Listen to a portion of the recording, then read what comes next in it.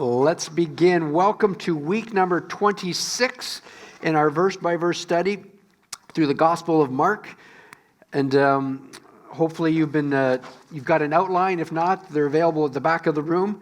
Let's pick it up and move right along here. We got a lot of ground to cover tonight, and I'm studying this. I've discovered I really love this one passage that we're going to be touching on tonight. I didn't realize the level of genius that Jesus had in this one passage, and so we're going to discover that in a couple moments and see how Jesus was trolling these people tonight. You're going to see he was a master troll, and he was just taunting them, and we'll see what that means in just a moment. Okay, so let's remind ourselves, like I like to do at the beginning of each of these times together, let's remind ourselves of the context that we're dealing with, where we are in the big picture of things. So this first moment is always sort of like when you walk into a mall and you walk up to the map and you say, "You are here." That's what I like to do. Just get a big perspective. You are here. Act 1, which is like the first, say, 8 or 9 chapters of the Gospel of Mark, the theme is, who is this man? Like, who is this guy? He does all these incredible things. Who is he?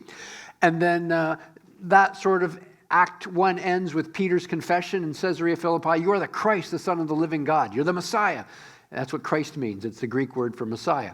And Jesus said, "You're right, Peter." And but then goes into the theme of Act 2, which is, who's the Messiah? So yes, I'm the Messiah, but the Messiah isn't who you think he is.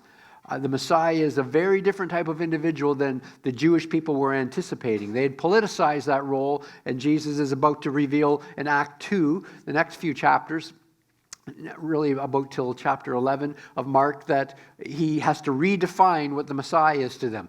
He says the Messiah is going to come, he's going to go into Jerusalem, he's going to be beaten, arrested, tortured, die, and on the third day he'll rise again. He said that 3 times to them, and 3 times they just didn't get it because it didn't make sense. That's like saying, I'm Superman and I'm going to die. That doesn't make sense.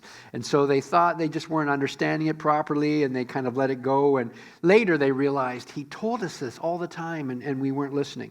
So, and then we got to Act chapter 3, and that's the last week of Jesus' life. And that's could be titled, let's say, the confrontation with the religious elites, or the passion, meaning the suffering of the Messiah. That might be a title for chapter 3. But it's the final week of confrontation between the religious elites in Jerusalem and Jesus. And in Act 3, Jesus is no longer keeping his messiahship, if that's a word, no longer keeping it a secret. He was in the first 2 acts because they thought of it as a political role, and he didn't want to politicize it, and he didn't want to bring down the ire of Rome upon him too soon. He wanted to complete his ministry task. So after 3 years, finally, when he goes into Jerusalem, he enters in a messianic way, riding on a colt that had never been ridden before, which is fulfilling a prophecy. So at the beginning of Act 3, Jesus rides triumphantly. It's called the triumphal entry into Jerusalem. And that inaugurates this last week of his life. Of course, the others didn't know that, but he knew it was his last week. And then that began, so that was on the Sunday. And then remember, on the Monday, he curses the fig tree and links it to the cleansing of the temple. We learned about the sandwiching technique a couple weeks ago. And the whole theme there was just like the fig tree was all leaf and no fruit, the temple was all leaf and no fruit. And so there was like this prophetic symbol. That was on Tuesday. Then on Tuesday of his final week is when his authority was questioned by the religious elite. Who do you think you are, cleansing the temple and doing all this stuff? Who do you think you are? And Jesus answers coyly by giving them the John the Baptist question. Well, I'll answer your question if you answer mine. John's authority, where did it come from? And then they huddled together and said, hey, if we say it came from man, then the people will be upset because they love John. If we say it came from God, then people will be upset because they'll say, then why didn't you follow them? Oh, we can't answer. So Jesus said, well, then neither will I answer you. He realized they're playing games. But then Jesus directly answered their question about where his authority came from with the next parable he told, the parable of the tenants, where clearly God's son and the master's son was killed and murdered by these evil tenants of God's vineyard. And they understood that the religious elite understood that Jesus was talking about them. So each of these encounters, the last time we were together, were raising the temperature moment by moment. And now this brings us to another confrontation. It's a question about paying taxes. So we pick it up in Mark chapter 12, starting at verse 13. Let's read the 13 to 17. Later, they, meaning the religious leaders, the elite, sent some of the Pharisees and Herodians to Jesus to catch him in his words. They came to him and said, "Teacher, we know that you are a man of integrity. You aren't swayed by others because you pay no attention to who they are, but you teach the way of God in accordance with the truth. So, is it right to pay the imperial tax to Caesar or not? Should we pay or shouldn't we?" But Jesus knew their hypocrisy. "Why are you trying to trap me?" he said. "Bring me a denarius and let me look at it." Let's pause there for a moment. Let's break this down verse by verse. So, verse 13 there. Later they sent some of the Pharisees and Herodians to Jesus to catch him in his words. Now, Pharisees and Herodians were on the opposite side of the spectrum in Israel. Pharisees were highly religious, conservative, right-wing Jewish nationalists who hated anything that had to do with Rome. Herodians were non-religious, pragmatic, left-leaning political operatives who worked for Herod. And Herod was the guy who cozied up to and fawned all over Caesar and Rome because it was Caesar and Rome that gave Herod his power. So Pharisees and Herodians hated each other. So this is like saying they sent some Russian spies and CIA operatives to question him. It's like, what? Why are these people working together? They're working together because although they hated each other, they hated Jesus even more. So this is the classic case of the enemy of my enemy is my friend. And so Jesus threatened the Pharisees' religious control, and he threatened the Herodians' political control. So the Pharisees and the Herodians ganged up on their mutual enemy. And Mark tells us here in verse 13 that they're trying to catch him in his words. So as your outline says, they aren't trying to gain information, they're trying to trap him. That's what's happening here. They're not trying to gain information from Jesus, they're trying to trap him. This is like a lawyer who's cross-examining a witness. So, the lawyer's whole goal in this process is not to gain information. There's a trick they teach you in law school is cross-examination, is never ask a question you don't know the answer to. You should always, lawyers know where they're going. They're not asking questions because they sincerely don't know. They know the answer. They're trying to entrap the individual. And that's what's happening here. They're asking Jesus this information not to gain they're asking these questions not to gain information, but to try to trap him. And so Jesus knows what's going on here. He understands his audience and he understands their motivations. He's like a cat playing with a ball of yarn here. If you like cats, which I don't, but if you do, that's what's happening here. So number 2, they begin with flattery. They begin with flattery. Again, verse 14, they came to him and said, and you've got to hear the sarcasm dripping here. "Teacher, we know that you are a man of integrity. You aren't swayed by others because you pay no attention to who they are, but you teach the way of God in accordance with the truth." What they say literally in the original Greek language, they say, you judge according to reality. And they literally say in the Greek, you don't look upon the face of people. And then they get to their question, a question that has been crafted to corner and to entrap. They say, so listen, is it right to pay the imperial tax? Remember that phrase because we're going to talk about it in a moment. Is it right to pay the imperial tax to Caesar or not? Should we pay or shouldn't we? Now, what they're asking here, as your outline says, is it right, is literally, is it lawful? They're asking, is it lawful? Okay? They aren't asking, is it lawful according to the law of the land, according to Roman law? Of course it's lawful according to Roman law. In fact, it was the requirement of the law of the land. It was mandated by Rome. So what are they asking here? They aren't wanting to know if paying taxes to Caesar fits in with Roman law. They are wanting to know if paying taxes to Caesar fits in with God's divine law. Is paying taxes to Caesar allowed in the Scripture? And so when you piece it all together, here's what they said. in the original language, because this was originally written in Greek, though Jesus would have said it in Aramaic, which was a form of ancient Hebrew, or between modern and ancient Hebrew, put it that way. Here's what they said, though, in the original language. You teach the way of God in accordance with truth, with reality. You aren't intimidated by faces or positions. So tell us, in your integrity-filled position, what is God's way when it comes to paying taxes to Caesar? Now, the irony is, even though they were trying to be sarcastic, they were actually speaking the truth. This was the truth about Jesus. Okay. And then, but it says in verse 15, but Jesus knew their hypocrisy. Why are you trying to trap me, he asked. That word trap was the ancient Greek word used for animals that were hunting and tracking their prey. He says, you're like a wolf hunting and tracking me. Why are you tracking me like a wolf tracks its prey, is what he's saying here. Now, here's what I want us to do. I want us to hit the pause button for a second.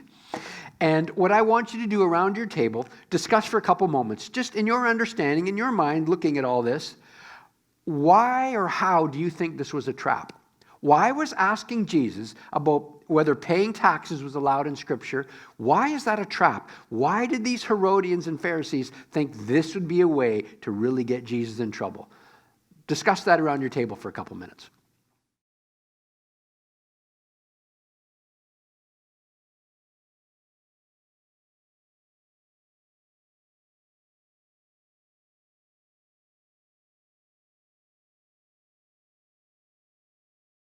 All right, folks. All right, let's pick it up. Let's talk about any ideas. First of all, what bubbled up from your table? Some ideas why you think taxes were such a big deal. Don't worry, there's no wrong answers, even though. Against the Herodians if he said don't pay it, and it would be against the Pharisees if he said it got. Right, you'd think the Pharisees and the Herodians would be on opposite sides. The Pharisees would say don't pay it. The Herodians would say do pay it, right? But they're coming and asking this together. But you're right, there's hypocrisy in this. You're absolutely right. They're triangulating here is what they're doing. Any other ideas about why you think this would be an issue? Well, fundamentally, I think where you pay your taxes to has to be something you believe in. Yeah, good insight. Where you pay your taxes to has to be something you believe in, like we all believe in Ottawa, right? And Victoria. But so let's look at this. We said the imperial tax. That's what they're asking about, the imperial tax. Well, that was a unique tax. Imperial tax was a special tax imposed upon non-citizens who were living under Roman occupation. Okay? This isn't on your outline. This is all for free. So just living under Roman rule didn't make you a Roman citizen, just like living in Canada doesn't make you a Canadian citizen. Okay? The imperial tax was instituted in 6 AD. Annos Dominos. AD doesn't mean after death. So this was year 6, and that's when they instituted this tax. And it was hated by the Jews. They absolutely detested this tax. In fact, it sparked a revolt. And the guy who led the revolt was named Judas the Galilean. Judas the Galilean was the instigator. He was a zealot amongst the party of the zealots. And he sparked this revolt, and it went on for a few years here. And essentially, this Judas the Galilean, he stated and claimed that anyone who paid the imperial tax, and I'm quoting him now, was a coward and were submitting to mortal men as their lords. Okay? So Judas the Galilean said Israel was a theocracy, which is sort of what you were alluding to, meaning a nation ruled by God. Not a democracy, but a theocracy. God was the ruler in Judas the Galilean's mind. And so paying taxes to Caesar and to Rome was an act of treason in Judas's mind. And so Judas and his gang, this isn't Judas the treasurer of Jesus, Judas Iscariot. This is a different Judas. And Judas the Galilean and his gang went so far as burning the homes of anybody that they found was paying this tax. I mean, they were zealots. They were rabid anti-Rome, these folks. And so as you can imagine, Judas the Galilean was crushed by the Romans. They didn't allow that to happen. But he was quite popular amongst the people. In fact, you read about Judas the Galilean in the book of Acts. in Acts chapter 5, after starting at verse 33, when Peter and some of the other apostles, are brought before the Sanhedrin, and then look what happens. They are making some statements that the Sanhedrin was upset about. And then it says, verse 33, when the Sanhedrin heard this, they were furious and wanted to put them to death. But a Pharisee named Gamaliel, a teacher of the law who was honored by all the people, stood up in the Sanhedrin and ordered that the men be put outside for a little while. And then he addressed the Sanhedrin, "Men of Israel, consider carefully what you intend to do to these men. Some time ago, Theudas appeared, claiming to be somebody. About 400 men rallied to him. He was killed, all his followers were dispersed, and it all came to nothing. After him, Judas the Galilean appeared in the days of the census and led a band of people in revolt." Census, because they were counting up, it was a head tax. How many people would pay this tax? And he led a band of people in revolt. He too was killed, and all his followers were scattered. Therefore, in the present case, I advise you, leave these men alone. Let them go. If their purpose or activity is of human origin, it'll fail. But if it's from God, you'll not be able to stop these men. You'll only find yourselves fighting against God. His speech persuaded them. They called the apostles in and had them flogged. So, all right, we'll let them go, but first let's whip them. Then they ordered them not to speak in the name of Jesus, and they let them go. That's this Judas the Galilean, okay, who was anti the imperial tax. He raised up all this hubbubaloo, okay? Well, in fact, after Judas was killed, Gamaliel was underestimating Judas's influence because the truth is that Josephus, the Jewish Roman historian, he claimed that Judas the Galilean's movement was still percolating all this time. Now, when this happened, when Jesus was having this discussion, was about 33 AD. So it was 27 years later, roughly. And this was still percolating. Judas's movement was still under the surface. And Herodians and the Pharisees, they knew this. They knew that the people hated this imperial tax. And the truth is, Josephus claims that it was the remnants of Judas the Galilean's revolt that finally caused the big uprising in Jerusalem between 66 and 70 AD that made Rome come, conquer Jerusalem, and destroy the temple. So the temple was destroyed about 37 years later, after this conversation we're reading about right now, and it was rooted in Judas the Galilean's uprising and revolt all over the imperial tax. So I say all this to say this imperial tax was no small thing. It was percolating under the surface all the time. And the fact that this anti-imperial tax movement began in Galilee was even more delicious for these Herodians and Pharisees, okay? Because it all started in Galilee. And this issue was popular in Jesus' hometown, in his region. And Jesus was a man of the people, and he fancied himself as a man of integrity. This is how the Herodians and the Pharisees were thinking. He considers himself a man of the people, but he claims to be a man of integrity. So tell us, Jesus, they say. You who is not impacted by people's opinions or anything, you who are so spiritual, was Judas the Galilean right or was he wrong? Should we Jews be paying money to Rome, a foreign occupying power, or is that an act of treason against God and his law? It's a trap. And as your outline says, here's their thinking. A, if Jesus says yes, they should pay the tax, then he will anger the people and lose his popularity. If he says yes, pay the tax, he's going to anger the people and he'll lose his popularity. That's what the Pharisees and Herodians were hoping. If Jesus says no, he'll anger the Romans and lose his life. So choose your poison, Jesus. Are you going to say yes, anger the people, lose your popularity? Or are you going to say no, anger the Romans and lose your life? Well, Jesus sees through the charade and he turns the tables on them. And what Jesus does next is pure genius, okay? And filling in the historical details here in a second makes it even more amazing. Verses 15 to 16. So look at Jesus' response. He says, "Why are you trying to trap me?" he asked. "Bring me a denarius and let me look at it." They brought the coin, and he asked them, "Whose image is this, and whose inscription?" "Caesar's," they replied. Jesus requests a denarius. And then Mark specifies that Jesus requested this so he could look at it. Now, what's going on here? Jesus and Mark in the retelling is being very deliberate here. Why did Jesus request a denarius? And why does Jesus specifically say that he wants to look at it? And he wants to look at the inscription. He specifies the image and the inscription. I mean, if we don't know the historical background, this kind of seems like superfluous detail. This is crucial. This is the genius of Jesus. This is Jesus trolling the religious elites at the finest level here. And so Jesus requested a denarius because that was the Roman coin that was required to pay the imperial tax. You had to pay the imperial tax with a denarius. A denarius represented 1 day's wages at that time.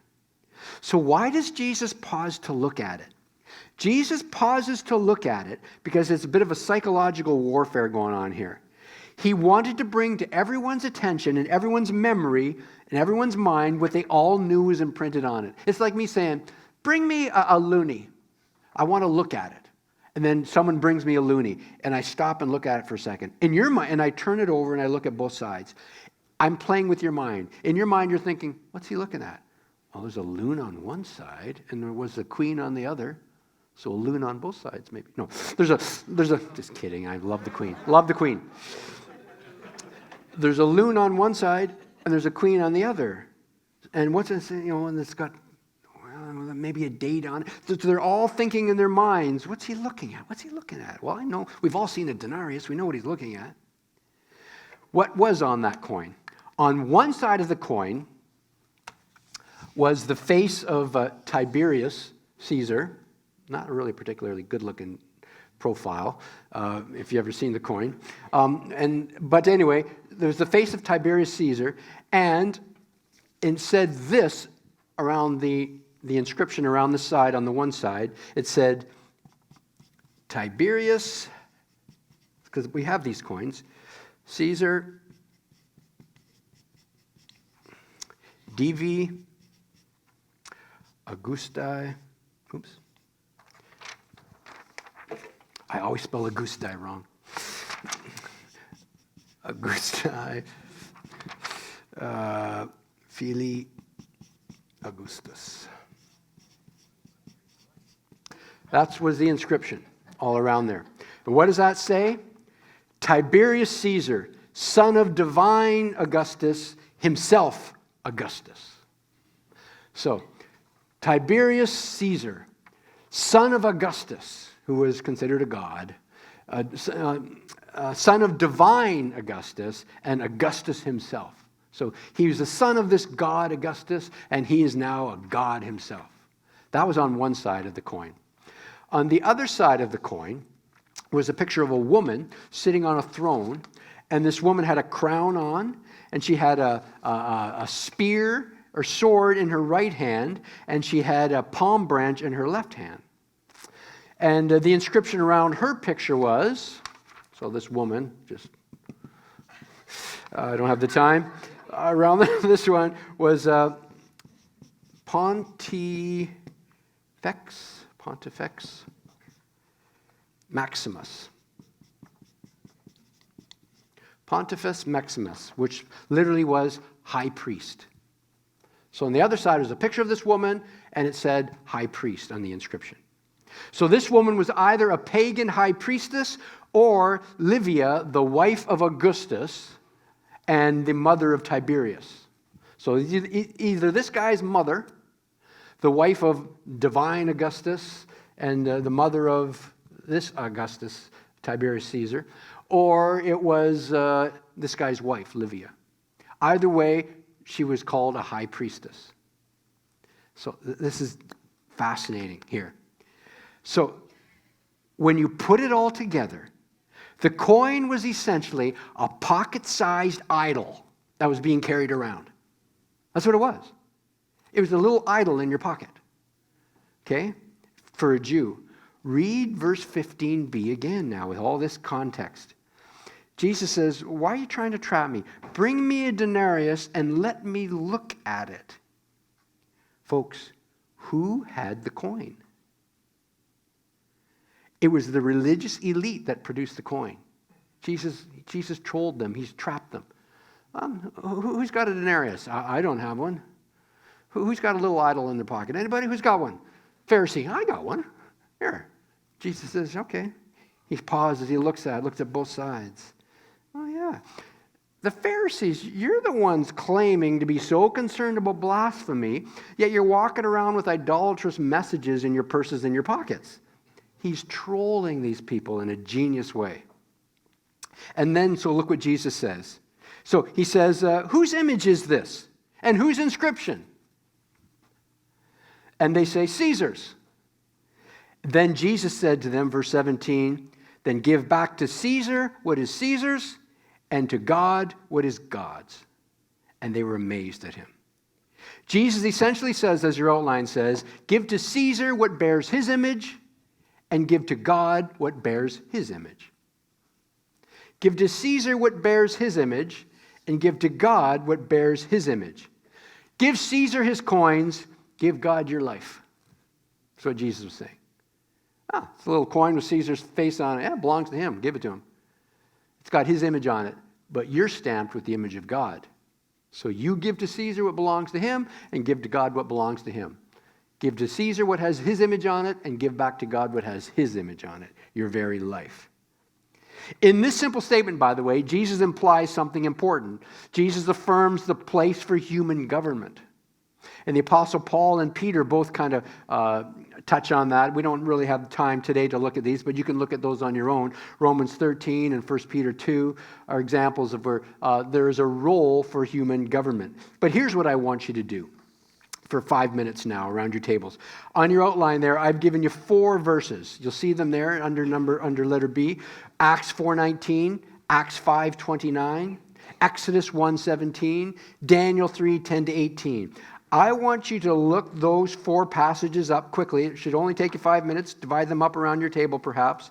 And we're going to just briefly learn a truth, the exception to the rule. Yes, Jesus has affirmed the place for human government, but there is an exception to that rule, and those passages touch on that. Let's see if you can look those passages up and you predict what will be the next blank under 6b, okay?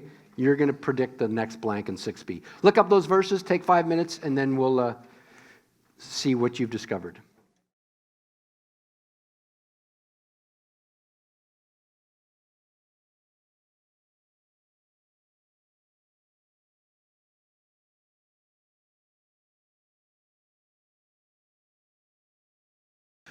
All right, folks, I'm sure you're getting a sense of it. We've learned that God endorsed human government. Jesus affirms the place for human government. The exception to this rule when human decrees what? Contradict. Well done. Well done. You get yourself a free donut from the back, Ashley. When human decrees contradict God's decrees. Exactly. Now, the intensity of opposition is rising and rising with every encounter, and the challenges are coming at a rapid-fire pace now, which leads us to verse 18 to 27. The next exchange is not so much Jesus' opponents trying to trap him as it is them trying to embarrass him. It's like sometimes when I get into a discussion with someone, perhaps someone who is perhaps an atheist or an agnostic, and I'm often asked the question, they'll say to me, well, is God omnipotent? Does God have all power? And I'll say, yes, he does. Well, then, can God create a rock so heavy that he can't lift it? And they sit back and they kind of smile like, oh, I've got you. You're trapped. That's an impossible scenario. If God is all powerful, can he create a rock so heavy that he can't lift it? They think they've stumped and embarrassed me when in reality they've simply exposed their ignorance regarding the nature of omnipotence. I'm not being rude. They've exposed that they really don't know what the word omnipotence means. Omnipotence is not the ability to do anything. Omnipotence is the ability to do what's logically possible. Omnipotence is not the ability to do the logically impossible. Omnipotent doesn't mean you can create a square circle or a married bachelor. Omnipotence means you can do what can logically be done. And it's impossible for God to create something that he can't control. It's logically impossible for an omnipotent being. So, in a similar situation, That's what's sort of happening, is about to happen here. They think they're trapping and tricking Jesus when they're really exposing their ignorance. You'll see what happens here. Mark begins the interaction by filling his audience in on some background information. Look at verse 18. Then the Sadducees, remember, they had the Pharisees and the Sadducees and the Herodians, they made up and the scribes, which is sort of like lawyers, they made up the Sanhedrin, the ruling council. Well, then the Sadducees, now they're taking their shot at Jesus, who say there is no resurrection, came to him with a question. Remember, as your outline says, the Sadducees did not believe in an afterlife or a resurrection at the end of time. The Sadducees were very, in our culture, they would be progressive, far left, as opposed to conservative, far right in their thinking or theology. The Pharisees were in the far right of the spectrum, and the Sadducees were in the far left. Sadducees were very liberal, very progressive, anti-supernatural. Life ended when you died. There was no afterlife as far as the Sadducees were concerned. And they only believed, by the way, what was taught in the Pentateuch, which is the first 5 books of the Old Testament. That's all that Sadducees considered to be informative or authoritative is the word I'm looking for, okay? And as your outline says, 1b, they weren't trying to trap him, but rather humiliate him. They were trying to humiliate him, not so much as trap him. Essentially, their goal was to say, oh, look how uneducated and foolish Jesus' views are. He's such a country bumpkin from Galilee. He's not like us cool, sharp, hipster Sadducees down here in southern Judea, in Jerusalem. We're the city folks, and he's this bumpkin from Nazareth. Can anything good come out of Nazareth? That was kind of their thinking. They were going to expose him as this country bumpkin. And they begin their scenario with a reference to levirate marriage, as your outline says. Lever, I'm not sure how it's pronounced, to be honest with you, is from the Latin word which means husband's brother. And this all is happening here in a culture that was tied to the land and was built around clans. And each clan was tied to a certain portion of land. That was their inheritance. So this is all tied to Deuteronomy chapter 25, verse 5 to 10. Now, to our ears, this sounds strange, but again, let's not be cultural imperialists here. This is thousands of years ago in a different culture. There are still cultures today all over the world that practice levirate marriage. Okay? And particularly cultures that have arranged marriages. Here's how it operated. So they're quoting essentially, basing this on Deuteronomy 25, 5 to 10. If brothers are living together, so these are blood brothers and they're living together, and one of them dies without a son, so this is all about your family and your inheritance. A brother dies, he doesn't have a son. That means his name will end. His family line will end. His inheritance ends. This was tragedy for a family in this culture. And so if one of them dies without a son, his widow must not marry outside the family. Okay? Her husband's brother shall take her and marry her. This is assuming the brother's not married. Marry her and fulfill the duty of a brother-in-law to her. The first son she bears shall carry on the name of the dead brother, so that his name will not be blotted out from the land of Israel. So he's to marry his former sister-in-law, now his wife, and the first child they have together is accredited to his brother. Let me just put this in my family's terms. So my older brother Mitch dies, he doesn't have any children, and I'm not married, and so I am bound, according to the levirate law, to marry my sister-in-law Leslie, and the first child Leslie and I have together is Mitch Jr. And any children we have after that is Darren Jr. Okay, that was how this worked. You say, well, what if I said, I don't want to do this? This is creepy. Well, keep reading. The first son she bears will carry on the name. Verse 7, however, if a man does not want to marry his brother's wife, she shall go to the elders at the town gate and say, my husband's brother refuses to carry on his brother's name in Israel. He will not fulfill the duty of a brother-in-law to me. Then the elders of this town shall summon him and talk to him. He gets a good talking to. If he persists in saying, I don't want to marry her, his brother's widow shall go up to him in the presence of the elders. Now, this is a culture of shame and honor. Shame and honor is huge. It's everything. Walk up to him in the presence of the elders, take off one of his sandals. Again, when you expose the sandal, this is bad stuff. That's why George Bush, remember in Iraq, they threw a shoe at him. That was the highest insult. One of his sandals, spit in his face and say, "This is what is done to the man who will not build up his brother's family line." That man's line, so that guy, Darren's family then, shall be known in Israel as the family of the unsandaled. Okay? So, in other words, you carry this shame on you for the rest of your life because you were so self-centered and you allowed your brother's line to be wiped out. Highly shameful in that culture. That's what this passage we just read from is based upon, that law. So with that in the background, read verse 19. So they come to him, they don't believe in life after death. So they say, "Teacher, Moses wrote for us that if a man's brother dies and leaves a wife but no children, the man must marry the widow and raise up offspring for his brother." So, number 3 on your outline, their scenario is designed to be absurd. As we're about to read the scenario they bring up, realize they're designing this to be as bizarre and funny and weird as possible. Okay, that's their point. Okay, so what we're about to read is sort of the first century equivalent to a priest and a rabbi walk into a bar. It's that kind of a thing that they're setting up here, okay? So verses 20 to 23. Now, here's a scenario, Rabbi. There were 7 brothers. The first one married and died without leaving any children. The second one married the widow, but he also died, leaving no child. It was the same with the third. In fact, none of the 7 left any children. Last of all, the woman died too. What a family. At the resurrection, which we don't believe in, whose wife shall she be, since the 7 were married to her?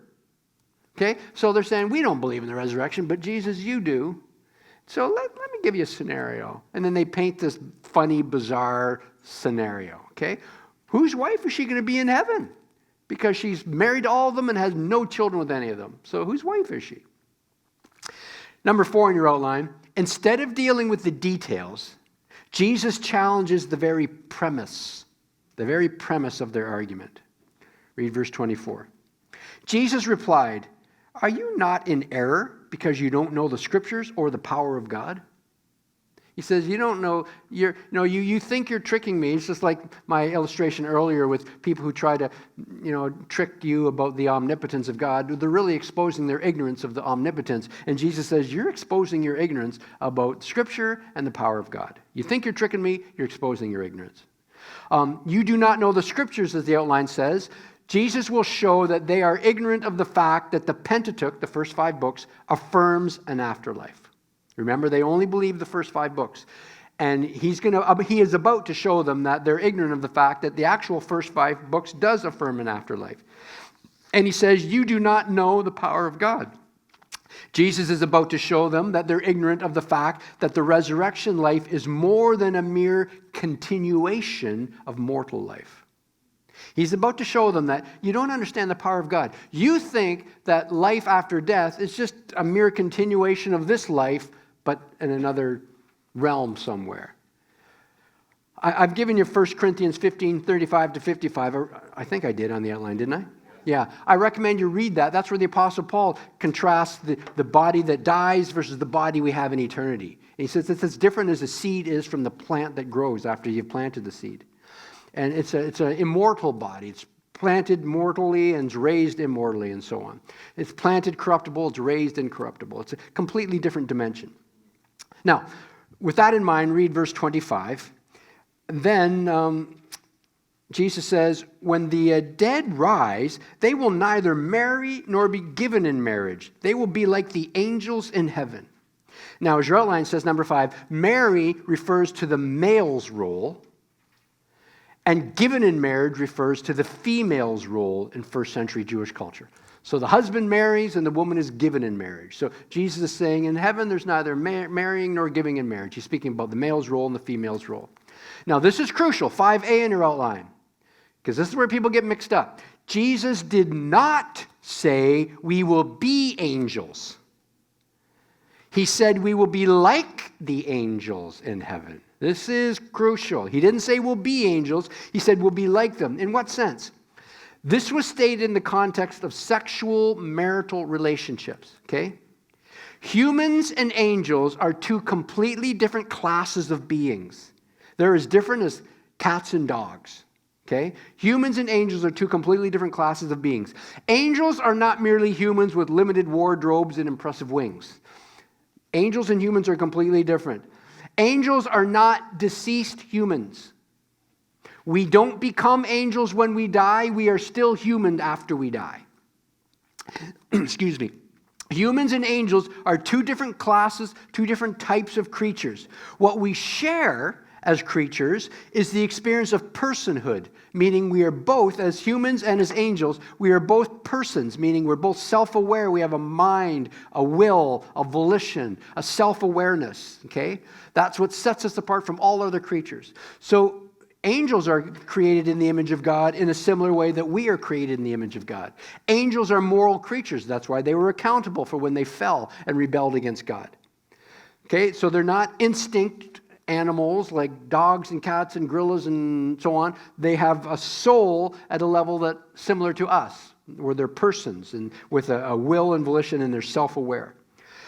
Where we will also apparently be similar to angels in the next stage of life is we will no longer primarily identify as a husband or wife like we did on earth. And marriage will no longer be an option in heaven, like it isn't an option for angels right now. It's not as though they're going, man, I'd really love to be married, but we're not allowed to as angels. Sorry, Becky. It's not that kind of a thing. They have no interest in being married. They're living in a different dimension. They're a completely different experience of life than us. And our experience of life will change to be more like theirs when it comes to the issue of sexuality and marriage in the next dimension. So, some people ask this, does this mean then that we won't know or recognize our spouses in the next stage of life? So will we be walking down the streets of heaven and walk by our spouse and not even recognize them? For some people, that's what will make it heaven. But, you like that? Yeah. But the truth is, no, I don't think that at all. I think we will recognize each other. Here's the key. Our problem is we're trying to imagine another higher level of experience in life while still living in this level and stage of experience in life. It's like our youngest son, Matthew, who got married a year or so ago now. Last summer it was he got married. And when he was a little kid, I think we mentioned this at his wedding, when he was a little boy, about 6 or 7, I still remember him saying, he said, Mom, when I get older, I'm going to get married and I'm going to live with you. No, you're not. That's my thought. No, you're not. But he was a little boy, and that's what he thought. He thought, yeah, the best thing would be to get married and live with my mom, But that's his understanding. Well, that's kind of how we picture life in heaven. We don't really understand. One scholar put it this way. I found this paragraph to be very helpful. He said, this passage bothers some Christians today who fear that their deep and meaningful relationships with their spouses, nurtured over many years, will not continue into eternity. But this is to read too much into Jesus' words. Though there is no need for procreation, having children, in eternity, and so no marriage in its present form, we can still assume that all relationships in God's presence will be profoundly deeper than anything we experience in this life. In other words, our relationships with our spouses and families will no doubt be more intimate, not less intimate in eternity. I think that was a good point. Number 6. Jesus points out where the Pentateuch, the first 5 books of the Bible, affirms the reality of life after death. He points out, you don't understand Scripture. In fact, the first 5 books, he quotes from one, verses 26 to 27 in chapter 12. Jesus says, now, about the dead rising, have you not read in the book of Moses, which is like the Pentateuch, first 5, in the account of the burning bush, how God said to him, I am the God of Abraham, the God of Isaac, and the God of Jacob. He's not the God of the dead, but of the living. You are badly mistaken. So, quoting Exodus 3:6, Jesus points out that God remains their God even after they're dead. So he's the God of the living. He didn't say, I was the God of. He says, I am the God of. Okay? All right. Let's keep going. As we said earlier, the interactions with the religious elite are coming fast and furious in this last couple of days in Jesus' life on earth here, in his last week on earth. But just when you're tempted to think every Pharisee is evil, Mark introduces us to the next man that Jesus meets in verse 28. Let's read verse 28 together. One of the teachers of the law came and heard them debating. Noticing that Jesus had given them a good answer, he asked Jesus, of all the commandments, which is the most important? So number one, the reader is expecting another trap from another teacher. Readers are expecting another trap from another teacher. Here we go again. But this question that is asked was very common amongst teachers at that time. They were always debating and asking these kind of things. And this man's been listening to Jesus, and he's apparently been impressed with what he's been hearing. And Jesus responds to this man's question by quoting what's called the Shema. Shema, which is a Hebrew word for hearing or obeying. So he quotes the Shema from the Old Testament. The most important one, answered Jesus, is this. Hear, O Israel, the Lord our God, the Lord is one. Okay? Love the Lord your God with all your heart, with all your soul, with all your mind, and with all your strength. And then Jesus adds a second layer by quoting from Leviticus 19:17, verse 31.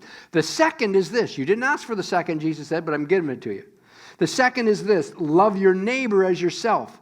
There is no commandment greater than these. So as your outline says, note the centrality of agape love in both of these commands. Broadway Church, when we went through a process of we have our mission and core value statements, we said, but we're going to define ourselves with one word. If we have to define everything we do, our why, what is the why? When people say, why do you do what you do? Why do we have this building? Why is all of our ministries? Why? We came down to one word, which was agape, which was the ancient Greek word for the purest love imaginable. When God had to define himself, he said, I am love. And he used the word agape. I am agape. I am the purest love imaginable. I am unconditional love. And notice agape in these. Agape the Lord your God with all your heart, soul, and mind. Agape the Lord with all that you have. And then the second is the same. Agape your neighbor like you agape yourself. Agape is central in Scripture. Okay. And then number 4, the teacher agrees with and is affirmed by Jesus. So the teacher agrees with and is affirmed by Jesus. Verse 32 to 34. Well said, teacher, the man replied. You are right in saying that God is one and there is no other but him. To love him with all your heart, with all your understanding, with all your strength, and to love your neighbor as yourself is more important than all burnt offerings and sacrifices. When Jesus saw that he had answered wisely, he said to him, you are not far from the kingdom of God. And from then on, no one dared to ask him any more questions. The kingdom of God, meaning the term for God's rule or God's values, God's purpose in the world. So essentially, Jesus is saying here, you're heading in the right direction, buddy. You just need to cross the line of faith and you're good to go. Jesus then continues to gently poke at their assumptions. Remember Act 1 and 2, where they had these assumptions of who the Messiah was? Well then, verses 35 to 37, as we're about to see, D1 in your outline. Teaching in the temple courts, Jesus stretches their thinking about the Messiah. He stretches their thinking about the Messiah. It says, while Jesus was teaching in the temple courts, he asked. Again, he's trolling a bit here. He's poking at them. He says, why do the teachers of the law say that the Messiah is the son of David? Because David himself, speaking by the Holy Spirit, declared, the Lord said to my Lord, sit at my right hand until I put your enemies under your feet. So David himself calls him Lord. How then can he be his son? The large crowd listened to him with delight. So, as your outline says, Jesus is hinting that the Messiah is more than meets the eye. He gives them a little riddle. David talks about the Messiah, but he calls him his son, but he calls him his Lord. How can that be? This is upside down. Notice as well that Jesus affirms the inspiration of the Old Testament there. which is why we affirm the inspiration of the Old Testament, because Jesus did. That's why we do. There's an old saying that we don't believe in Jesus because we believe the Bible. We believe the Bible because we believe in Jesus. Say that again. We don't believe in Jesus because we believe the Bible. We believe the Bible because we believe in Jesus. Why do we believe in Jesus? Because he rose from the dead. That's why he proved that his life and teaching were valid by rising from the dead. And so that's why we teach what he taught and believe what he believed. And he believed and taught that the Old Testament was inspired, and so we do as well. Because he proved his opinion mattered by rising from the dead. And so what Jesus does there, he just leaves it at that. He just throws out this question. They're going, whoa, that's a good point. That's a good riddle. And then he just leaves it. And he's laying a trail of theological breadcrumbs for them to follow. And they'll soon connect the dots after his resurrection and realize that the Messiah is more than meets the eye and more than they expected. Okay, the final portion, the last 1 minute here. We're going to see two contrasting versions of discipleship. As your outline says, number one, first there's outward piety and inward poverty. Piety, spelled that way, piety. So outward piety, outward holiness, if you will, but an inward poverty. Verse 38 to 40. As he taught, Jesus said, watch out for the teachers of the law. They like to walk around in flowing robes and be greeted with respect in the marketplaces. And he's just poking these people, right? He's just rattling their cage in the marketplaces and have the most important seats in the synagogues and the places of honor at banquets. They devour widows' houses and for a show make lengthy prayers. These men will be punished most severely. So he's talking about outward piety but inward poverty. And then number two, he describes outward poverty but inward piety. He flips it. Outward poverty and inward piety. Listen to what he says. Then Jesus sat down opposite the place where the offerings were put, and he watched the crowd putting their money into the temple treasury. So in other words, as the ushers are passing the bag around, Jesus follows and sees what everyone puts in the bag. He's sitting right across from where people put in their money. Many rich people threw in large amounts, so you could hear how much they were giving. Clang, clang, clang. But a poor widow came and put in 2 very small copper coins worth only a few cents. Blink, blink. Calling his disciples to him, Jesus said, truly, he says, look at, see that lady right over there? Watch. He says, truly I tell you, this poor widow has put more into the treasury than all the others. They all gave out of their wealth, but she, out of her poverty, put in everything, all she had to live on. So Jesus is changing a whole bunch of assumptions that were being made regarding who is and who isn't holy and righteous and generous, and regarding the very nature of the Messiah himself. Well, folks, we'll stop there tonight. Next time we're together, we're going to take a fascinating look at Jesus' prediction regarding the destruction of the temple in AD 70. They don't know it's coming, but it's coming in like 35 years, and he's going to predict it and the end times. It's a passage next time that has caused a lot of confusion, caused me a lot of confusion for years, and we'll take some careful dissecting, okay? And we're going to touch on that next week. God bless you. We are done.